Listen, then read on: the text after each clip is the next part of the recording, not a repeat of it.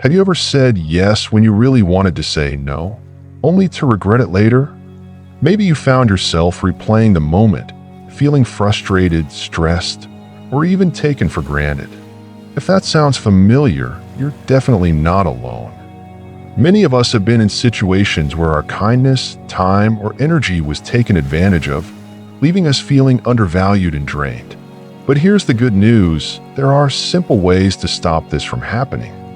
By setting healthy boundaries, you can protect yourself, reclaim your energy, and build more balanced relationships. Setting boundaries isn't selfish, it's essential. It's about valuing your time and emotional well-being enough to say, this is what I can give, and this is what I can't. In this video, we're going to explore practical strategies to help you establish those boundaries. You'll learn how to recognize when someone is taking advantage of you, how to assert yourself without guilt, and how to foster relationships that are built on mutual respect. So stay with us until the end, because we'll share powerful tips that you don't want to miss. Before we dive in, please take a moment to subscribe to the Moving You Ahead channel. Here, we share insights on self-development, motivation, and spiritual growth. By subscribing, you won't miss our next video, which could be the breakthrough you need to achieve your goals. Let's start by understanding why setting boundaries is so important. Did you know that 64% of people admit they have trouble asserting their boundaries? Even more telling, 1 in 3 individuals feel exploited at work because they can't say no or set limits. When you don't have clear boundaries, it can lead to chronic stress, resentment, and even burnout. Over time, you may feel like you're constantly giving but never receiving, and this can damage both your mental and physical health. On the other hand, boundaries are incredibly empowering. They allow you to protect your emotional health, focus on what truly matters, and build stronger self-respect. When you start setting boundaries, you'll notice that your relationships improve too. People respect those who respect themselves. It's not about pushing others away. It's about creating a healthier dynamic where both parties can thrive. To recognize when you're being taken advantage of, it's important to pay attention to certain patterns. For example, do you have people in your life who expect your help but are never there when you need them? These are the friends or colleagues who always seem busy when the tables turn. Another red flag is when someone takes credit for your efforts, especially in the workplace. Imagine working hard on a project, only for someone else to step in and claim the glory. That's a clear sign of exploitation. Emotional manipulation is another tactic to watch for. Some people use guilt-tripping or sob stories to pull at your heartstrings and get what they want. For instance, they might say, "You're the only one who can help me," or "I thought you care about me." While it's natural to feel empathy, you have to recognize when that empathy is being used against you. Trust your instincts.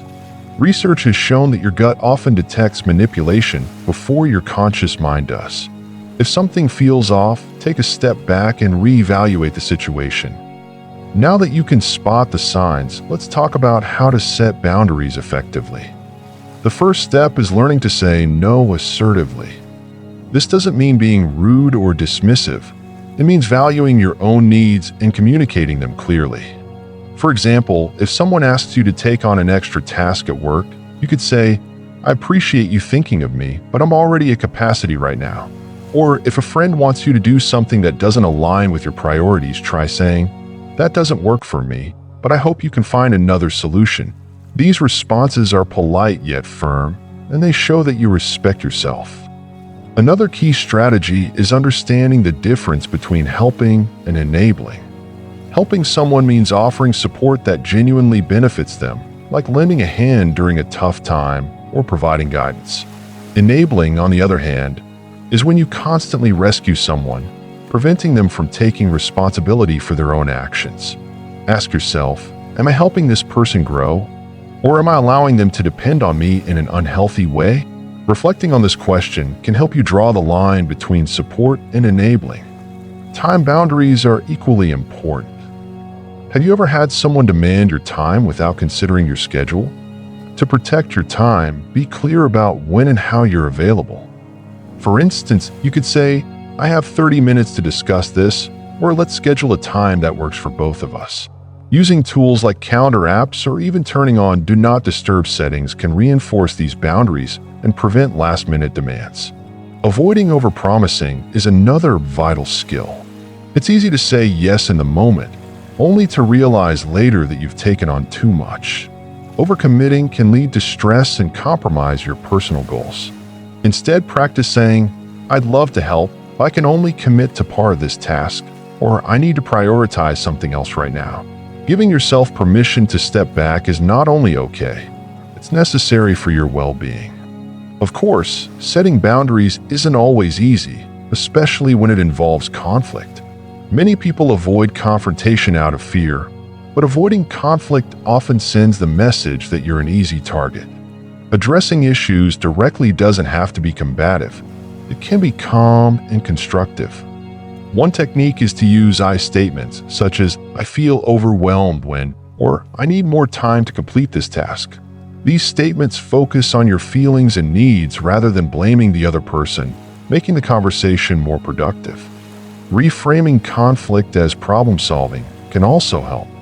Instead of seeing it as a fight, think of it as an opportunity to work together on a solution. For example, if a colleague is constantly interrupting your work, you might say, "I've noticed that frequent interruptions make it hard for me to stay focused. How can we create a system that works for both of us?" This approach fosters collaboration rather than confrontation. Sometimes, setting boundaries requires reassessing your relationships altogether. Ask yourself, does this relationship feel balanced? Am I consistently the one making sacrifices? If the answer is yes, it may be time to make some changes. Cutting ties with toxic individuals can be difficult, but it's often necessary to protect your energy and well-being. Remember, not every relationship is meant to last forever, and that's okay. Balancing empathy with self-protection is another important aspect. It's natural to care about others, but not at the expense of your own needs. A helpful framework to remember is empathy plus discernment equals healthy relationships.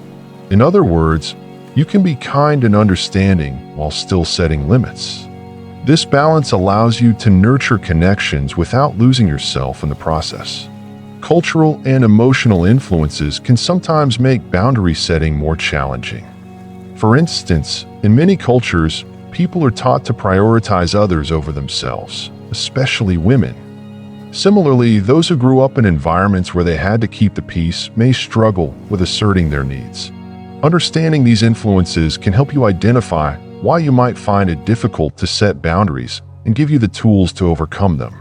If you're finding it overwhelming to set boundaries on your own, don't hesitate to seek professional support. Therapy can help you uncover patterns of overgiving or conflict avoidance that may be rooted in past experiences. Assertiveness training programs are also a great option, as they've been proven to boost confidence and improve boundary setting skills. Remember, seeking help is not a sign of weakness, it's a step toward empowerment. In your daily life, small actions can make a big difference when it comes to setting boundaries. For example, politely declining an invitation when you need rest is a simple way to protect your energy. Prioritizing self-care activities like exercising or meditating without feeling guilty is another form of boundary setting. Even something as straightforward as saying, "I need some quiet time right now," can have a significant impact on your overall well-being. Technology can also play a significant role in helping you set and maintain boundaries. For example, using scheduling apps or task management tools can help you organize your time and set clear limits on what you can commit to. Features like Do Not Disturb modes on your phone or email autoresponders can give you space to focus without constant interruptions. By leveraging these tools, you can create a buffer between your personal and professional life, making it easier to protect your energy and prioritize your goals. Social media is another area where boundaries are crucial. It's easy to feel overwhelmed by constant notifications, messages, or the pressure to respond immediately. Setting limits on your screen time or even muting certain accounts can help you regain control over your mental space. Remember, it's okay to disconnect or take breaks from digital interactions to prioritize your well-being. Now, let's talk about the importance of consistency in maintaining boundaries. It's not enough to set a boundary once and expect it to stick. You'll need to reinforce it regularly, especially with people who may test or challenge your limits. For example, if a colleague keeps interrupting you despite your request for focused work time, calmly but firmly remind them of your boundary. Consistency sends the message that you're serious about respecting your own needs, which encourages others to do the same. Over time, you'll find that setting and maintaining boundaries becomes second nature. You'll feel more confident, less stressed, and more in control of your life. Healthy boundaries empower you to focus on what truly matters, whether that's your personal growth, career goals, or meaningful relationships. They also set the tone for how others should treat you, creating a foundation of mutual respect and understanding. To recap, we've covered why boundaries are essential, how to recognize when you need them, and practical strategies to implement them in your life. Whether it's learning to say no, balancing empathy with self-protection, or using technology to your advantage, boundaries are a powerful tool for living a more fulfilling and balanced life.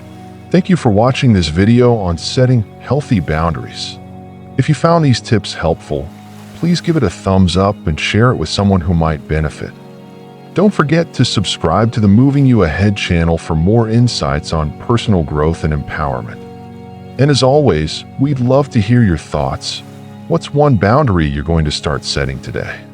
Let us know in the comments below.